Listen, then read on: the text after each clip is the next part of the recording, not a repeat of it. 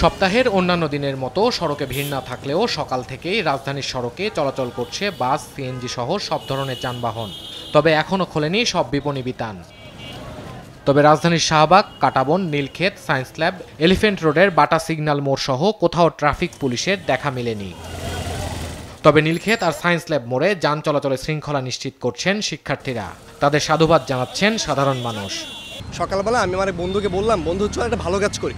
তো সে বললো কি, পরে বললাম যে চল আজকে আমরা ট্রাফিকের কাজ করি। আমরা টিম আপ করে এই নিউ মার্কেট, এই ঢাকা বিশ্ববিদ্যালয়ের এলাকাকে শৃঙ্খলাময় পরিবেশ সৃষ্টি করার জন্য আজকে আমরা নিজেরা ট্রাফিক কাজ করছি। এটা তো অবশ্যই ছাত্রদের ডেডিকেশন, যাতে কোনো বিশৃঙ্খলা না হয়।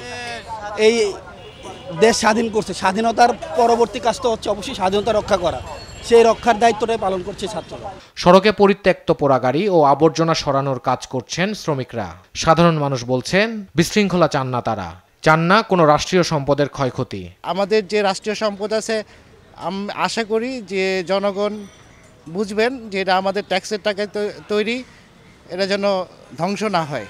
এই যে কালকে সারা রাত ধরে অনেক জায়গাতে চুরি ডাকাতি হয়েছে, করছে, বাংতাছে, নিতেছে, কিন্তু এগুলো ঠিক না। এগুলো করবো কেন? নতুন সরকারের কাছে প্রত্যাশার কথাও জানান তারা। সবার চাওয়া ঘুষ ও দুর্নীতিমুক্ত হবে দেশ। যারা টাকা চুরি করে পালাই গেছে এদের এনে দেশের মধ্যে বিচার করতে হবে এবং টাকা ফেরত করে আনতে হবে। দেশ ভালো চলে এবং আমরা যাতে ব্যবসা বাণিজ্যভাবে করতে পারি সুষ্ঠুভাবে, এইটাই আমাদের আশা। সংখ্যালঘু সম্প্রদায়ের সঙ্গে কোনো ধরনের অন্যায় যেন না হয় তা নিশ্চিতের দাবিও জানান অনেকে।